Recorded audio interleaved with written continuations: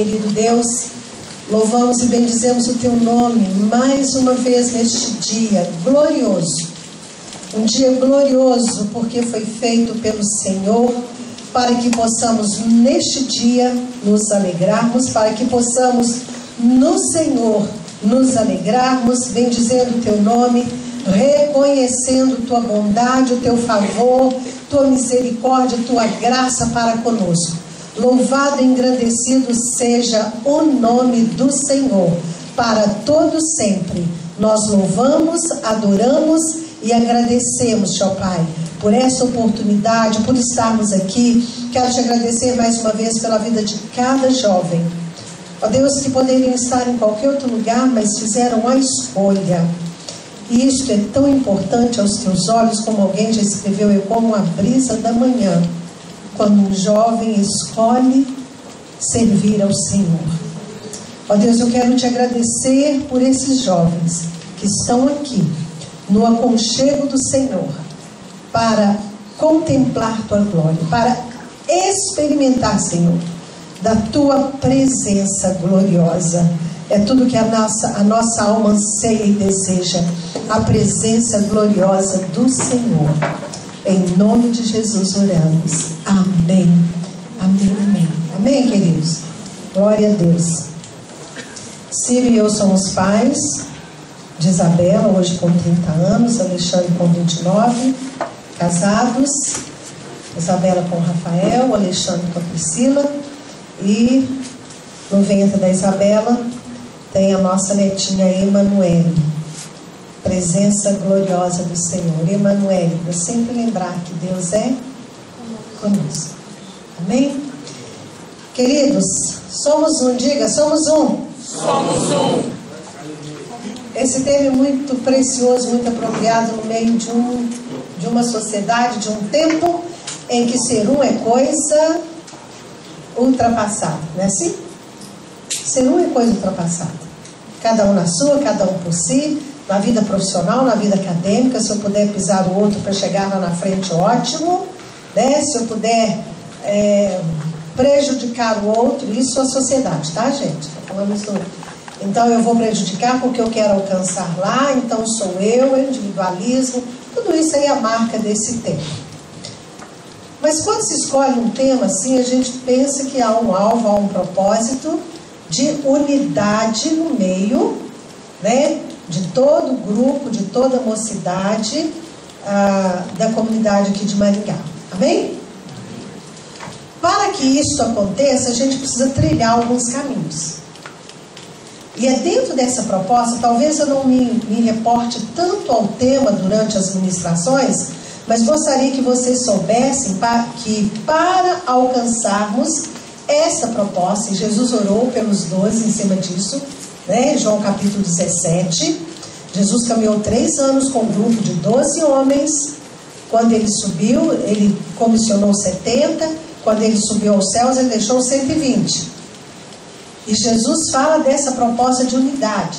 Então, talvez eu não me reporte tanto ao tema, mas que vocês compreendam que tudo que nós vamos trabalhar aqui tem a ver com este objetivo, para chegar nesse alvo de unidade, né? Que é uma unidade proposta pelo Senhor. E na oração sacerdotal, no capítulo 17 de João, ele ora ao Pai dizendo: Pai, que eles sejam um, como eu e o Senhor somos um.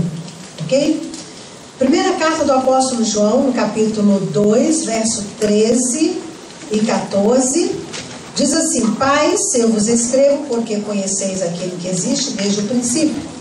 Jovens, diga comigo, jovens, eu vos escrevo porque tendes vencido o maligno. Olha que interessante, não falou que são os pais que estão vencendo e que têm vencido o maligno. Está dizendo que são os jovens. Eu quero continuar sendo jovem apesar de vó, né?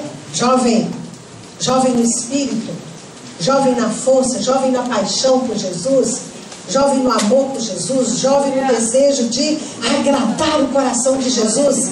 Então jovem, seja no contexto da idade, mas alguns comentaristas dizem que quando João escreve isso, ele está falando da classificação de maturidade no contexto da igreja. Na maturidade, jovens que alcançaram o ápice do vigor, né? Dessa maturidade vigorosa, vamos colocar assim. Eu vos escrevo porque tendes vencido o maligno. Filhinhos, eu vos escrevi porque conheceis o Pai. Você pode ser esse filhinho também? Claro que pode. Né? Aqui não está falando criancinhas, fala de jovens e fala de filhinhos. Eu vos escrevi porque conheceis o Pai. Pais, eu vos escrevi porque conheceis aquele que existe desde o princípio. Jovens, eu vos escrevi porque sois fortes, diga fortes. E a palavra de Deus permanece em vós e tendes vencido o... Novamente João fala dos jovens vencendo o maligno. Mas me chama a atenção aqui, na última parte do verso 14, quando ele está dizendo assim: sois fortes e a palavra de Deus permanece em vós. E aqui começa a base da nossa conversa para alcançar aquele objetivo. A palavra de Deus permanece em vós. Não tem como vencer o maligno se a palavra de Deus não permanecer em nós. E aí, orando a respeito desse encontro, perguntando para o Senhor o que Ele queria repartir com vocês, e Ele me trouxe algo muito interessante para início de conversa. Não tem como sermos um, não tem como vencer o maligno se nós não conhecermos a palavra de Deus. Porque lá o texto que nós lemos, João fala sobre isso. E a palavra permanece em vós. Diga assim: a palavra precisa permanecer em mim. Então te convido a abrir Efésios, e nós vamos consultar muito a palavra. Te convido a abrir Efésios capítulo 2. E você vai conferir, como os bereanos que Paulo cita lá em Atos, conferir a palavra de Deus. Efésios no capítulo 2, do verso 1 ao verso 10. Então vamos lá. Efésios 2, no capítulo 1. Desculpa.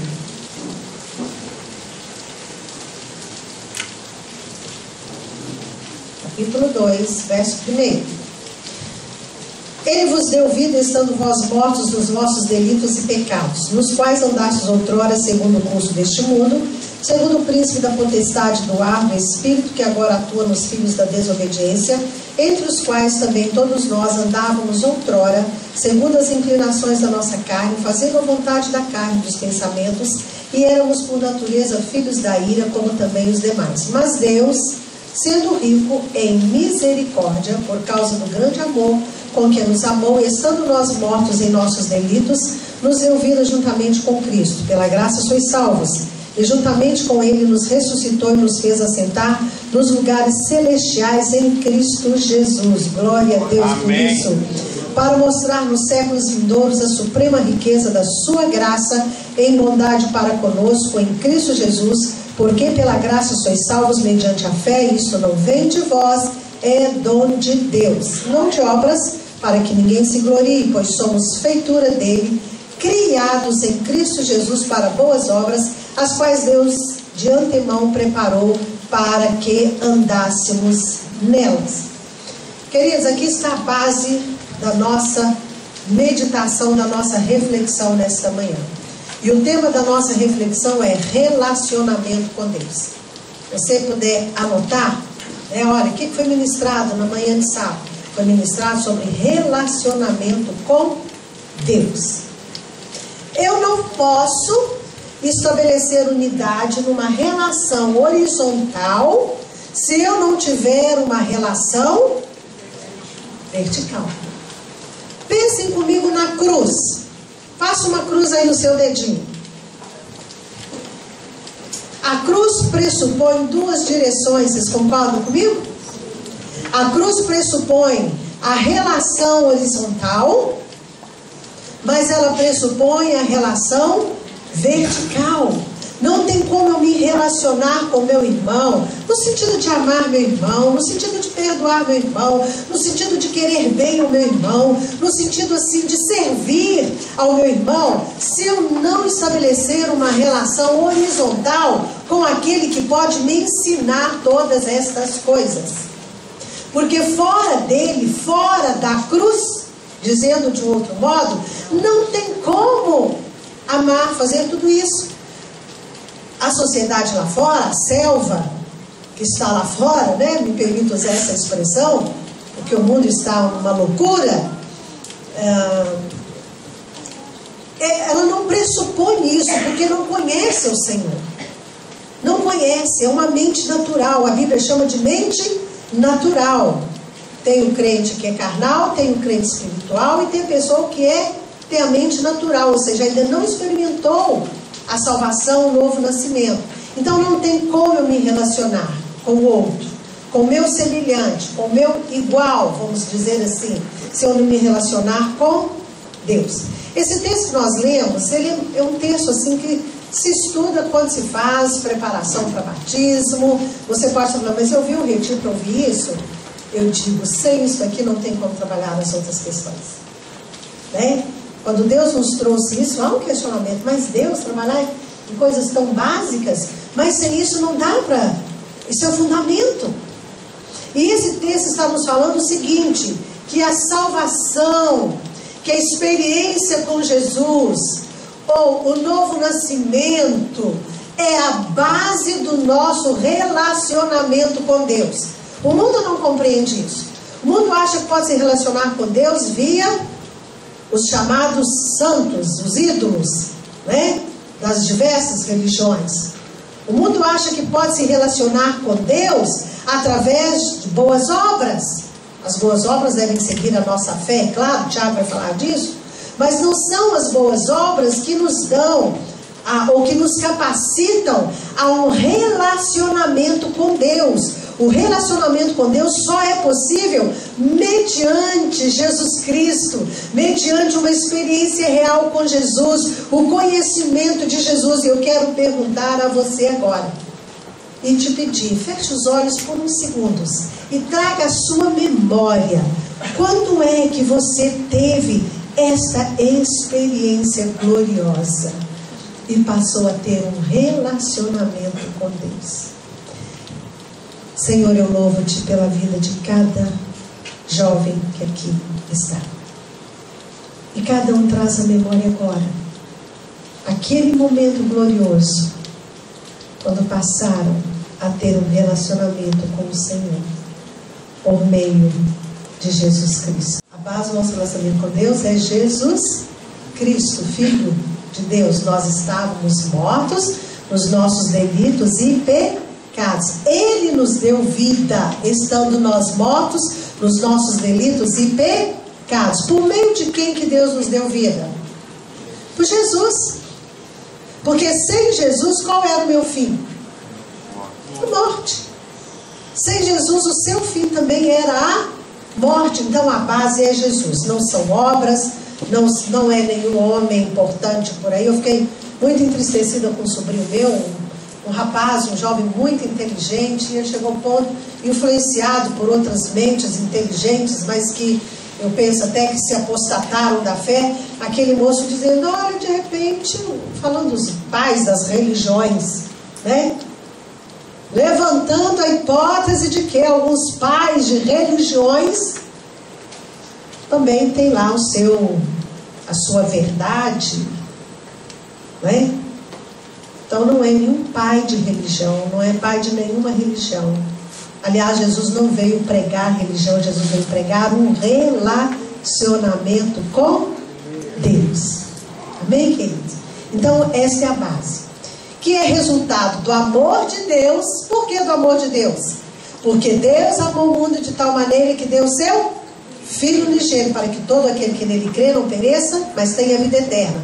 O próprio texto de Efésios 2, versos 4 e 5 diz assim, mas Deus sendo rico em misericórdia, diga, riqueza de misericórdia, por causa do grande amor com que nos amou, Então, a salvação é a base do relacionamento. Jesus Cristo é a base do relacionamento com Deus, como resultado do amor de Deus e como resultado da nossa fé. Diga, amor de Deus, e a nossa fé.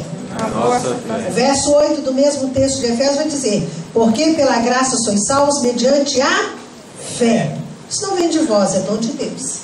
Não vem de vós. Queridos, não vem de nós mesmos, não é mérito humano. A minha experiência, acho que eu compartilhei no nosso encontro lá de casais, vou compartilhar aqui porque a grande maioria não estava lá. A minha experiência com o Senhor se deu sozinha, dentro do meu quarto, de porta trancada, para não apanhar do meu pai, lendo a Bíblia sozinha.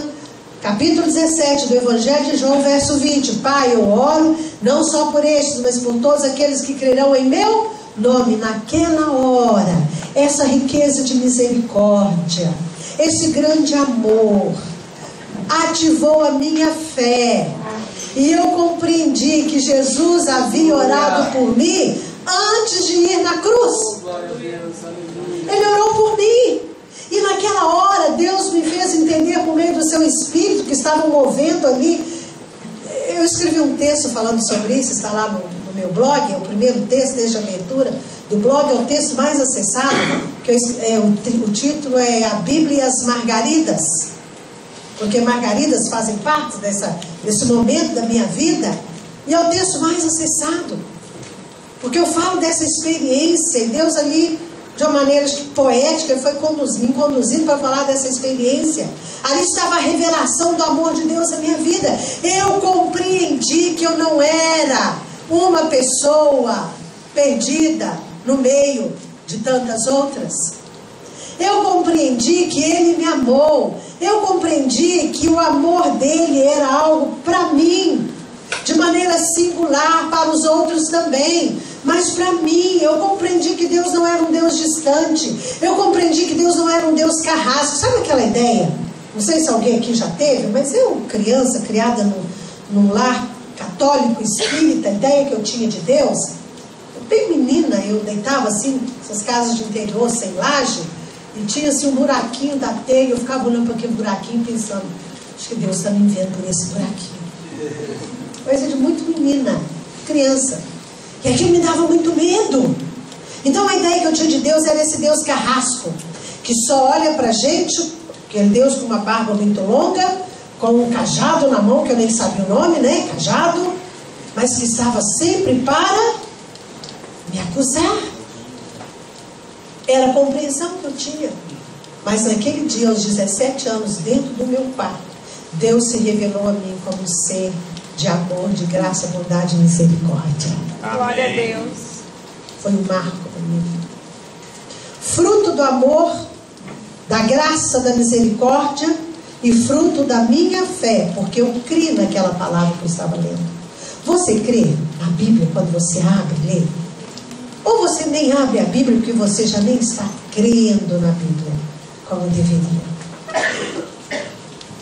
Quem sabe você já não tem alegria, ou nunca teve, não sei, alegria em abrir a palavra. Quem sabe o seu coração já não dispara pelas verdades da Bíblia. Quem sabe lá no seu curso, lá na academia, lá na universidade, você ouviu tanta abobrinha de professor, que você começou a pôr em dúvida a sua fé.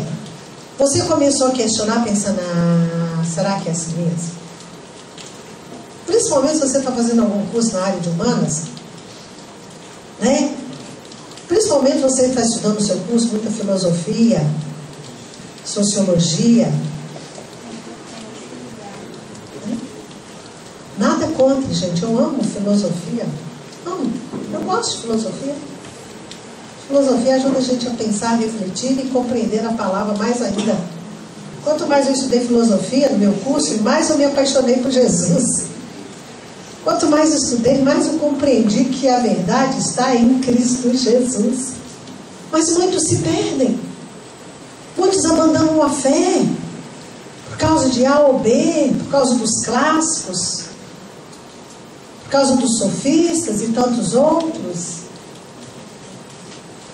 Mas nós não podemos tornar comum aquilo que é tão precioso. Diga comigo essa frase. não podemos tornar comum aquilo que é tão precioso. E precioso, amados, é o sangue de Jesus vertido na cruz do Calvário em nosso lugar. Aleluia. Precioso foi o sacrifício do Filho de Deus. O relacionamento com Deus, ele tem o equilíbrio daquilo que eu vou chamar de 2 pilares, ok? Passamos para outro ponto agora, amém? Então, o relacionamento com Deus, ele se fundamenta em 2 pilares. Nós falamos que a base é a salvação por meio de Jesus Cristo, como resultado do amor, da bondade, graça e misericórdia de Deus, ação da nossa fé. Mas agora os 2 grandes pilares, a partir dessa relação que nós estabelecemos com Deus. O primeiro grande pilar é que nós nos tornamos servos. Diga servos.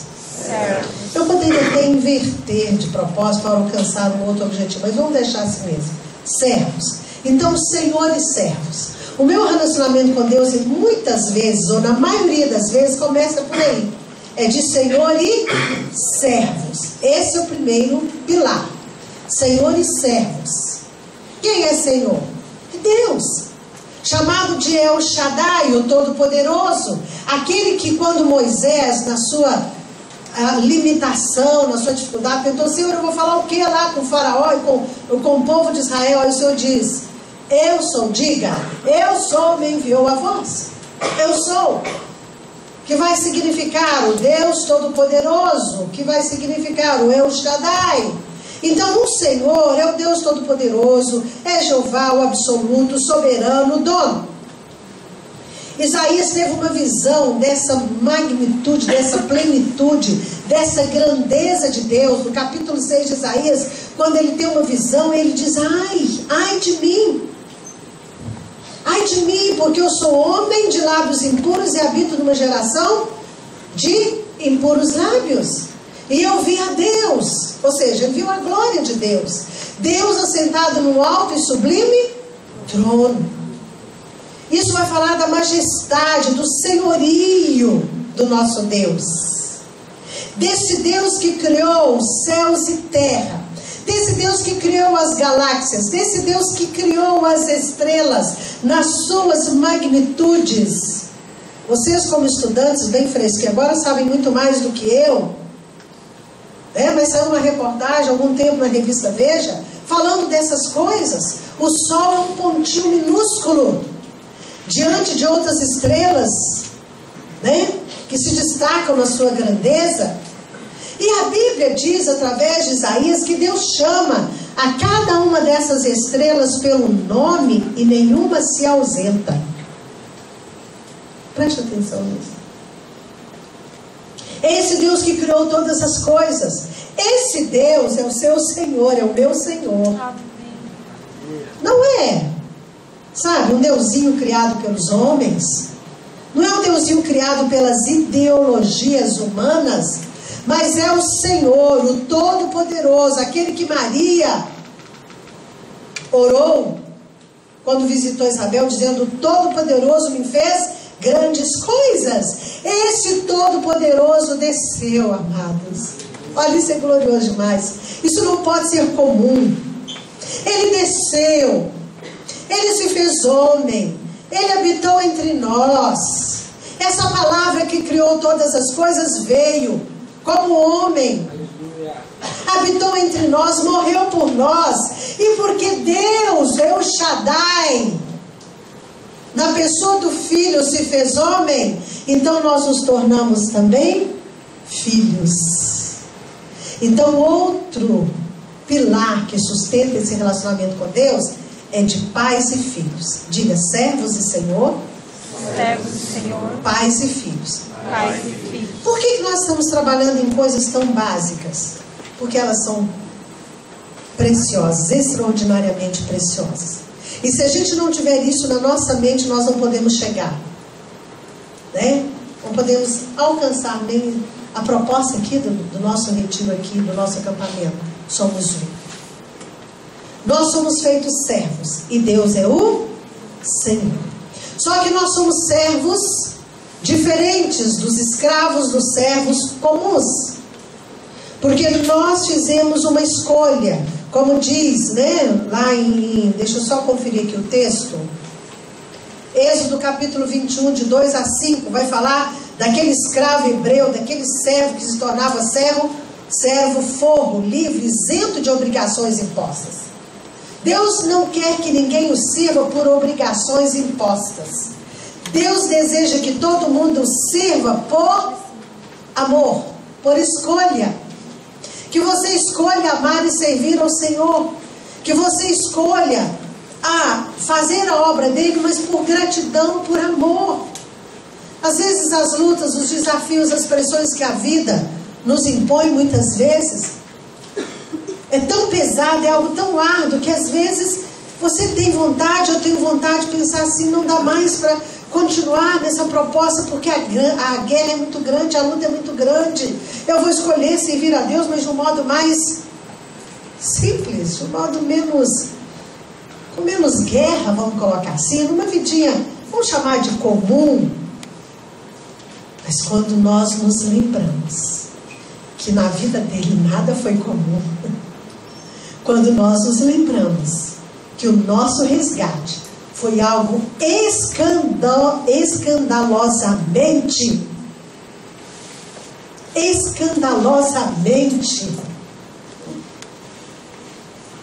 amoroso, algo escandalosamente amoroso, não tem como eu querer servir a Deus com uma vidinha comum. Estão entendendo, amados? Estão entendendo? Porque Ele fez muito mais. Não tem como eu desejar servi-lo apenas em ritos religiosos. Porque o que Ele fez não foi um rito religioso. O que Ele fez foi uma entrega incondicional, total. Pai, se possível, passa de mim esse cálice, transpirando sangue com os poros dilatados, simplesmente porque me amou. Diga assim, porque me amou. Porque me amou. Ainda vai aparecer alguém para querer enfiar na nossa cabeça que tem um outro sujeito fulano de tal? Cadê o túmulo desse fulano de tal? Cadê as marcas dos cravos, dos pregos? Em Buda, Confúcio, qualquer outro. Aonde estão essas marcas? Aonde estão os registros de que esses homens morreram por amor e ressuscitaram? Que venceram a morte e o inferno? Então, quando nós focamos nele, aí a gente diz, não dá para levar uma vidinha comum.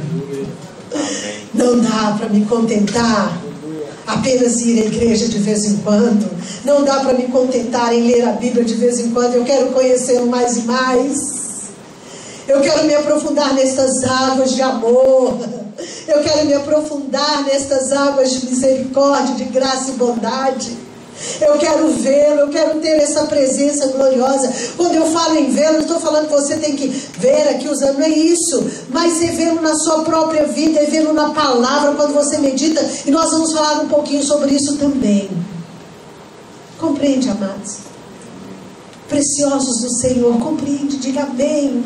Amém. Oh Senhor, Tu és bom. Nós somos servos, escravos, livres, isentos de obrigações impostas. Porque Ele nos comprou. Ele nos comprou. Eu gosto das cartas de Paulo. Aliás, eu gosto da palavra toda, mas Paulo me chama a atenção, porque ele costuma, como em Romanos 1:1, ele começa suas cartas dizendo: Paulo, servo de Jesus Cristo. Paulo, apóstolo e servo. Paulo, servo e apóstolo. Paulo, servo de Jesus Cristo. Então nós somos servos, assim como Paulo é. Mas nós também nos tornamos filhos. Esse é o outro pilar, filhos. João 1, verso 12 vai falar disso. Ele veio para os seus, ele veio para os judeus, eles o rejeitaram. Mas todos quantos o receberam, deu-lhes o poder de serem feitos filhos de Deus. Então eu sou serva, mas eu também sou filho. Já servindo ao Senhor durante anos e anos e anos, o Senhor disse assim para mim: Yara, ou filha, você me conhece como seu Senhor, e eu sou. Eu sou. Deus é Senhor. Você me conhece como seu Senhor porque o seu pai era muito Senhor sobre a sua vida. Então você me conhece como Senhor, mas a partir de hoje eu vou revelar-me a você como Pai. Amém. Por isso que eu disse que a maioria dos relacionamentos com Deus começa nessa relação de Senhor e servo.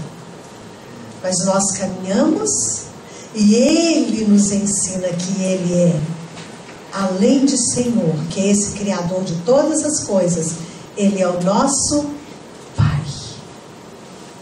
Mas como compreender Deus como Pai, se o meu pai biológico jamais expressou nuances do caráter de Deus?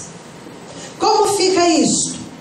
Como eu posso reconhecer que Deus me ama e se importa comigo?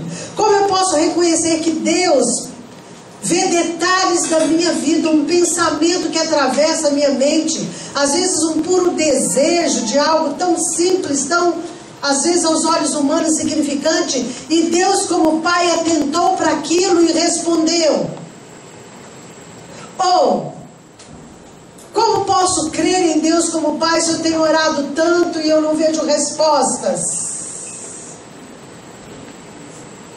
Às vezes a gente ouve jovens que dizem: nossa, eu tenho orado tanto, eu tenho feito isso, feito aquilo, e nada acontece. Quero dizer a vocês que a espera faz parte do treinamento para que conheçamos ao Senhor.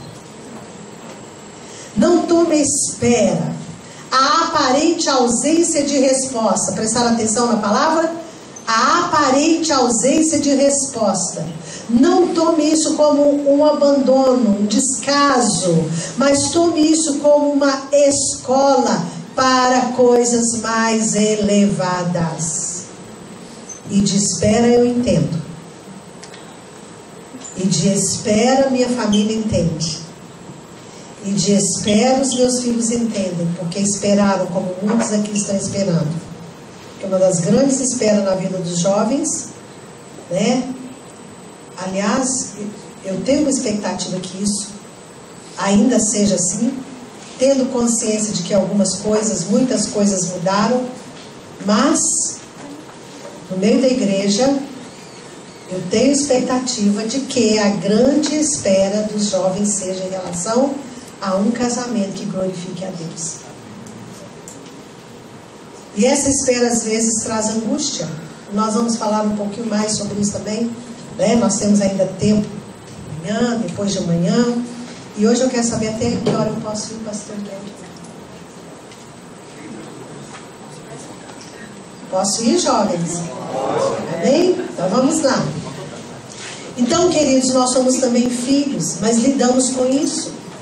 Eu sou um exemplo disso, de não reconhecer Deus como meu pai, porque o meu pai não saía em meu favor, o meu pai me espancava, o meu pai nunca me falou uma palavra de aceitação, de elogio. Então como que Deus pode ser meu pai? Ele é meu Senhor.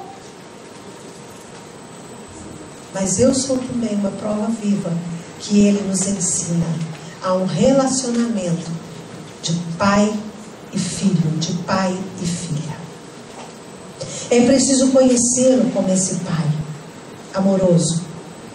Mas como, Yara? Baseado em quê? Baseado na verdade, baseado na palavra. Não tem outro modo de desconstruir a mentira que Satanás muitas vezes sopra na nossa mente. Deus não se importa comigo, Deus não me ouve, Deus me abandonou, Deus não responde minhas orações, ei, que eu sou filho nada, esse Deus está distante. Tudo isso é mentira. Não tem como desconstruir uma mentira se não for a partir da verdade. E a verdade diz que Deus me fez filha. E a verdade é a palavra de Deus. Romanos capítulo 8, vamos conferir.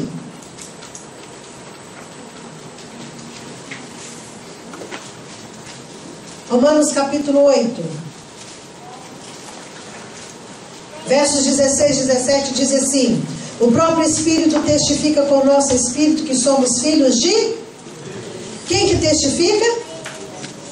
O próprio Espírito de Deus. Há mentira em Deus? Jesus disse: eu sou o caminho, a verdade e a vida. A palavra também diz que não há em Deus nenhuma sombra de mudança, nenhuma sombra de variação. Que Ele não é homem para mentir, nem filho do homem para que se arrependa. Deus não se arrepende de ter alcançado você. Deus não se arrepende de ter se revelado a você. Deus não olha seu pai, sua mãe, sei lá, sua história de vida eu não conheço. Pode ser que alguém na sua trajetória tenha se arrependido de ter concebido você.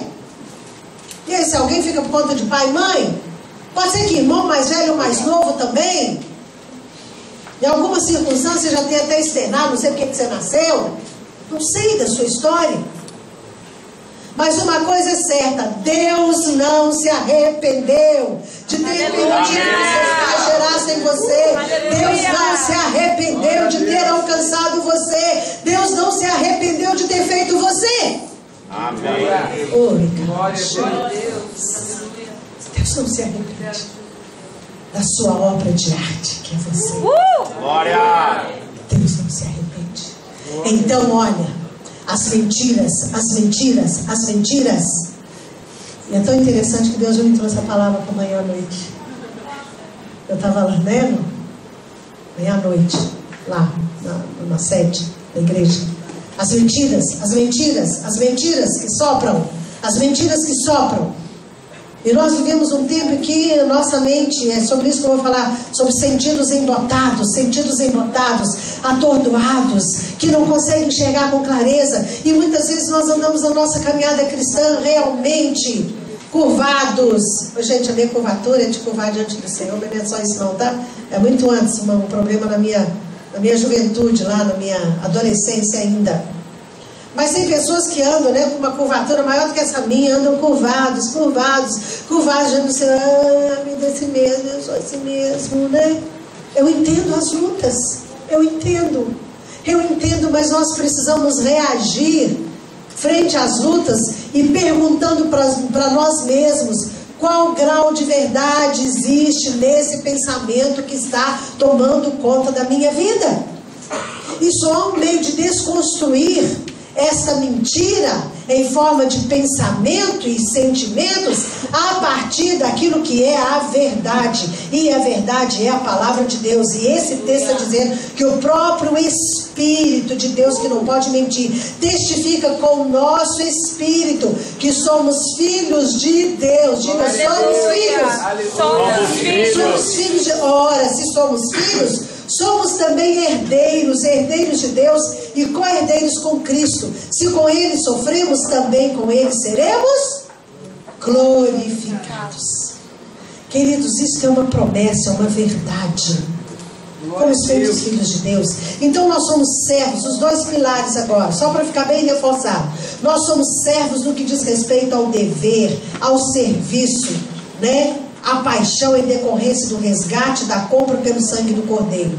Mas nós também somos filhos no que diz respeito à herança e acesso às promessas. Compreende?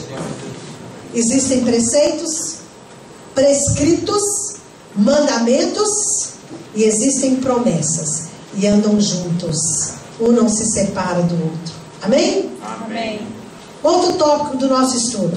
Não sei como você está organizando aí, mas o meu ficou organizado assim: Jesus, a base do relacionamento. Aí nós fizemos uma introdução, né, falando do resultado da salvação e da nossa fé, a salvação que é o marco inicial, que é por amor, pela graça, bondade e misericórdia, a nossa fé. Depois nós colocamos letra A, Senhor e servos. Letra B, Pai e filhos. Deus é o nosso Pai. Jesus veio revelar essa paternidade de Deus. E agora nós vamos entrar no número 2 da nossa reflexão. Desenvolvendo este relacionamento, estabelecendo a comunhão. Desenvolvendo o relacionamento, estabelecendo a comunhão. E uma coisa que a gente precisa compreender, querido, que o pecado, ele nos separa de Deus. Não é isso que vai falar lá? Isaías vai falar disto, né? Paulo vai falar disto.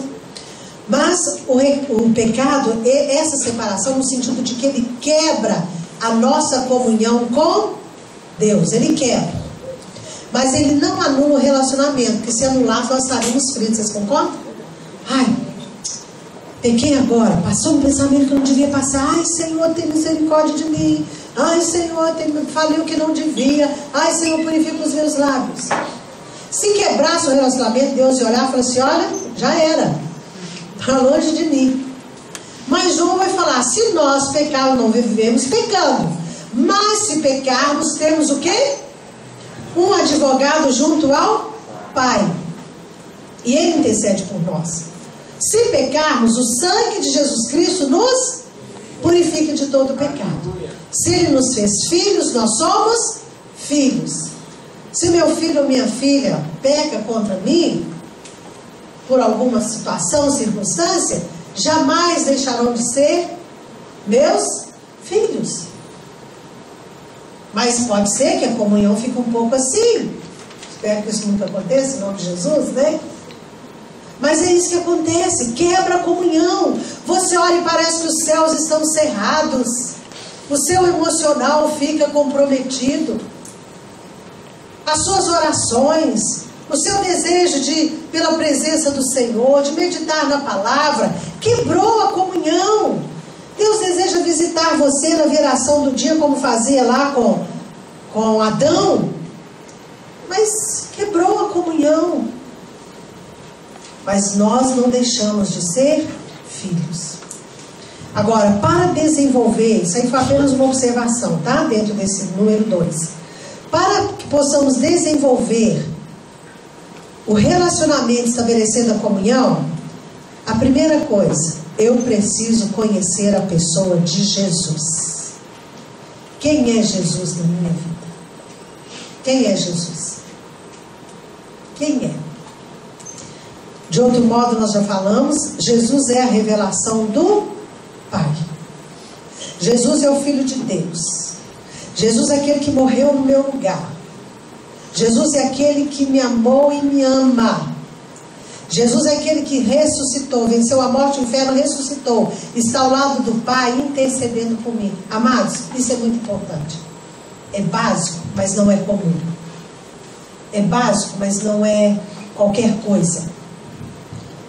Porque se eu não compreender isto, se eu não compreender quem é Jesus na minha vida, e que Ele intercede junto ao Pai em meu favor, e que Ele sofreu tudo e muito além do que aquilo que um ser humano possa sofrer, ou tenha sofrido, ou possa vir a sofrer. Se eu não compreender isso, eu não tenho força na caminhada. Compreende? Porque se você é tentado em alguma área, você pode falar assim: meu Jesus também foi, e Ele venceu. Amém. E nele eu posso vencer. Com Ele eu posso vencer. Quem é Jesus na minha vida? Se Jesus sofre um abandono, uma decepção, qualquer outra coisa, aí a gente olha para Ele que está sentado ao lado do Pai e fala: Ele sofreu muito mais do que eu. Ele sofreu isto muito mais, de maneira muito mais intensa. Ai, a minha melhor amiga me traiu. E aí você fica, né? Você entra naquele processo. Olha, o meu colega, aquele que, como Davi fala, né? Aquele que ia comigo à tua casa, Senhor. Se fosse outro qualquer, tudo bem, Deus. Em outras palavras, de outro modo. Mas foi aquele companheiro que andava comigo, que ia comigo à tua casa. É esse, Senhor, que me abandonou, é esse que me traiu. Então, jovem, se você pensa isso de vez em quando, eu sei se aconteceu, lembra de uma coisa: aquele que falou que ia com Jesus até a cruz ou no lugar dele, o negou 3 vezes. Aquele que era um homem de confiança o traiu. Todos fugiram. Todos, ó. Então ele entende. Ele compreende você. Porque ele já viveu tudo isso que você está vivendo. Não sei se tem alguém aqui vivendo assim, ou se viveu alguma experiência assim. Mas o que eu quero dizer é que você precisa ter consciência de quem é Jesus na sua vida. E eu disse no início, Ele não é um pastor qualquer, Ele é um pastor amado. Então conheça a pessoa de Jesus. Jesus é a revelação do Pai. E ele vai falar disso, né, quando ele está lá com seus discípulos, João capítulo 14, do verso 8 ao verso 11, você pode estudar depois esse texto. Quando ele está respondendo as perguntas, falando com Filipe, falando com os discípulos. Ainda dentro dessa letra A do número 2, que é conhecendo a pessoa de Jesus, você precisa observar que a palavra de Deus é a fonte de todo conhecimento. Já falamos isso, estou reforçando. Não tem outro. Os livros são maravilhosos quando se fundamentam na palavra, mas não tem nenhum livro que possa substituir a palavra de Deus, que é a revelação de quem é Deus, de quem é Jesus na nossa vida, que é a revelação do Espírito Santo, a palavra, a Bíblia. E eu quero perguntar para você mais uma vez, como é que você lê a Bíblia? Como que você estuda? Que lugar ela ocupa na sua vida? Que posição ela está? Ou você chega lá por volta de meia-noite, meia-noite e meia, já na hora de ir para a cama, porque no dia seguinte você levanta cedo, é faculdade, é trabalho, e aí você se lembra, puxa, mais um dia sem ler a Bíblia. Mas quando você olha para trás, você teve tempo, um tanto de coisa, teve ou não teve? Né? Sendo bem sincero, como o irmão Marcos ontem usou tanto essa expressão para a gente, né, irmão Marcos? Sendo bem sincero, quanto tempo mais você gastou em outras coisas? E aí você olha, não dá tempo. Aí sabe o que você faz? Você lê um versículo do Salmo para aliviar a consciência. Desculpa, estou falando, sabe o que você faz?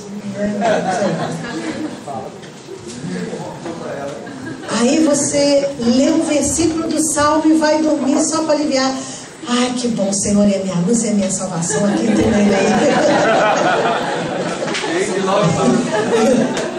e deita e logo pega no sono, porque só tu me fazes repousar.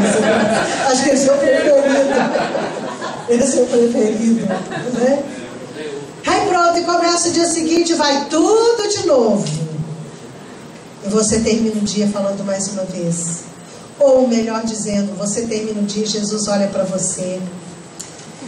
Eu acho que com um suspiro, um lamento profundo, ele deve pensar, ô filho, ô filhinha amada, minha amada, filhinha, ô meu filhinho, eu desejei tanto repartir algo com você, mas você não tem tempo para mim.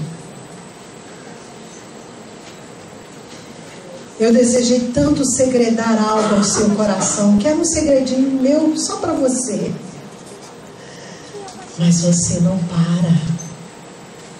Tem tantas coisas te ocupando o tempo, a atenção, o olhar, os ouvidos.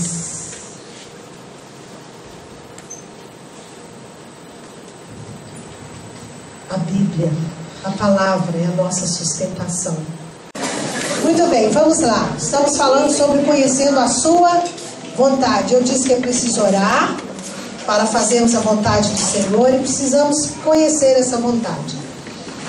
Vou trazer aqui aquilo que eu entendo, não é o que eu entendo, é aquilo que está prescrito, aquilo que está na palavra, como base para que conheçamos as demais vontades de Deus na nossa vida, tá bom? A primeira está registrada em 1 Tessalonicenses, no capítulo 4, verso 3, quando Paulo diz assim, pois esta é a vontade de Deus. Diga, vontade de Deus. Vontade de Deus. A vossa santificação, que vos abstenhais da prostituição. Então Paulo está dizendo, e não só Paulo, mas o escritor aos Hebreus, no capítulo 12, verso 14, vai falar a mesma coisa, né? Dizendo, segui a paz com todos e a santificação, sem a qual ninguém verá o Senhor. Então a santificação é uma vontade muito expressa e explícita na palavra de Deus em relação a nós. Deus deseja que nós tenhamos uma vida santificada. O que é uma vida santificada? É uma vida separada, né, dos moldes do mundo. É uma vida que nunca pecou? Não. Santificado, purificado, é aquele que tem consciência do pecado. Pecou, tomou consciência, confessou, ou se precisou falar com alguém buscou alguém de confiança, confessou o seu pecado, abandonou, arrependeu, confessou, abandonou, tornou-se novamente santificado. Ok? Está claro isso, amados? Então essa é a vontade de Deus para a nossa vida, a nossa santificação. Aqui Paulo está falando de um modo específico questões de prostituição, tem a ver com sexualidade. Não vou entrar nesse assunto porque nós teremos tempo para tratar especificamente da questão de sexualidade, né, e outras coisas. Então veja só, 1 Tessalonicenses capítulo 5, verso 23, Paulo vai dizer também: o mesmo Deus da paz vos santifique em algumas coisas. É isso que está escrito? Não. Está escrito: o mesmo Deus da paz vos santifique em tudo. Então significa que Deus deseja, que é a vontade de Deus santificar nossos ouvidos? É desejo de Deus santificar nossa boca? É desejo de Deus santificar, né, todo o nosso corpo?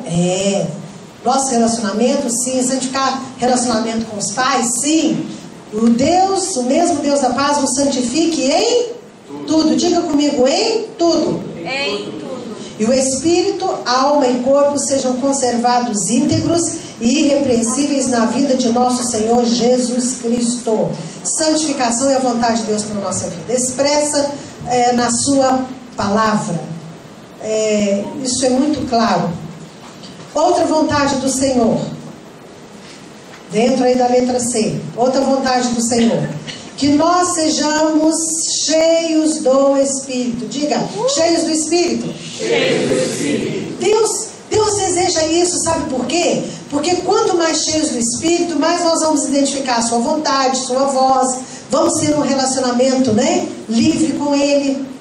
Mas quando falamos cheios do Espírito, nós não estamos dizendo, nem a Bíblia fala, em Efésios 5, 17 e 18, que nós vamos estar cheios dos dons. É disso que está falando? Estar cheios dos dons do Espírito? Não. Está dizendo que nós devemos estar cheios do Espírito. E aí, os dons vêm. Entende isso? Tem gente que às vezes tem muitos dons e até usa esses dons, mas não está cheio do... Mas como, pastora, que isso pode acontecer? Os dons são irrevogáveis, a Bíblia não diz isso? Que aquilo que Deus deu, Ele não? Tem gente que recebe um dom de profecia, por exemplo, e Deus vai continuar usando, mas não significa que essa pessoa está cheia do Espírito.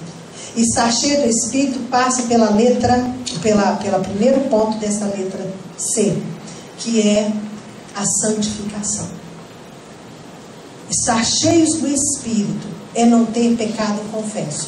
Aí os dons manifestam com mais liberdade. Deus não toma de volta o dom, mas ele fica embotado. Vocês concordam comigo? Ele fica comprometido, ainda que Deus use em algumas circunstâncias, porque Ele é soberano, mas Ele fica comprometido. Mas quando nós estamos cheios do Espírito, aí os dons, eles jorram, eles fluem. E estar cheio do Espírito nada mais é, como o pastor Gustavo ministrou no nosso retiro da semana passada, é buscar e viver a presença de Deus. É ter paixão pela presença de Deus, porque o pecado faz com que o Espírito Santo fique o quê? Fique sem poder agir na nossa vida. Não que ele não tenha poder, não é isso. Mas pecado e vida cheia do Espírito não combinam. Presença de Deus e pecado não combinam. Compreendem, amados? Amém? Então, olha, estar cheio do Espírito. E olha o que Paulo escreve aos Efésios, né? Sejamos cheios, versos 17 e 18. Sejamos cheios do capítulo 5, desculpem. Sejamos cheios do Espírito por esta razão. Não vos torneis insensatos, mas procurai compreender qual a vontade do Senhor. E não vos embriagueis com vinho, no qual há dissolução, mas enchei-vos do Espírito. Ele vai continuar falando entre vós com hinos e salmos e cânticos, e por aí vai. Então, procurar a vontade do Senhor e ser cheio do Espírito são duas coisas intimamente ligadas. É vontade de Deus.